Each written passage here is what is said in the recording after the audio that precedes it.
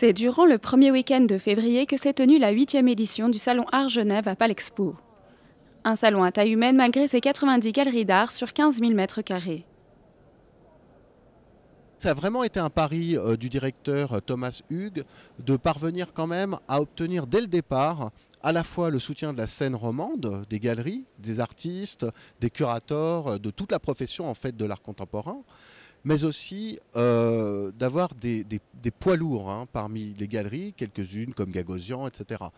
Il a également réussi une chose qui n'était pas évidente à faire mais absolument nécessaire, c'est d'arriver à faire non pas, il insiste souvent dessus, une foire, c'est-à-dire quelque chose, un événement uniquement commercial, mais véritablement un salon qui propose un certain nombre d'institutions, de projets, d'expositions institutionnelles, qui apportent vraiment une dimension culturelle à ce salon.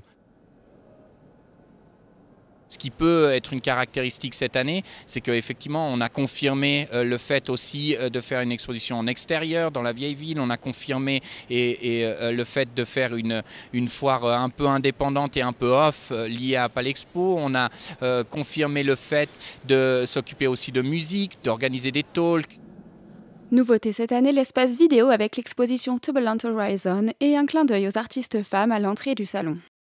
Une œuvre d'une artiste coréenne qui s'appelle Kim Soya, qui fait voir le vent que produisent l'entrée des visiteurs dans la halle en agitant des couvre-lits coréens avec une espèce de poésie qui est propre à des villes asiatiques.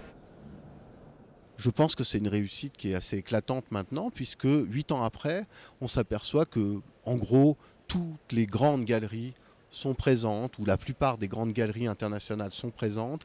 C'est un salon qui s'est véritablement inscrit dans l'agenda européen des collectionneurs et qui, chaque année, nous montre une créativité dans ses propositions culturelles, mais aussi dans ce que les galeries amènent, les solo shows, la qualité des œuvres. Et donc c'est vraiment, on va dire, the place to be maintenant.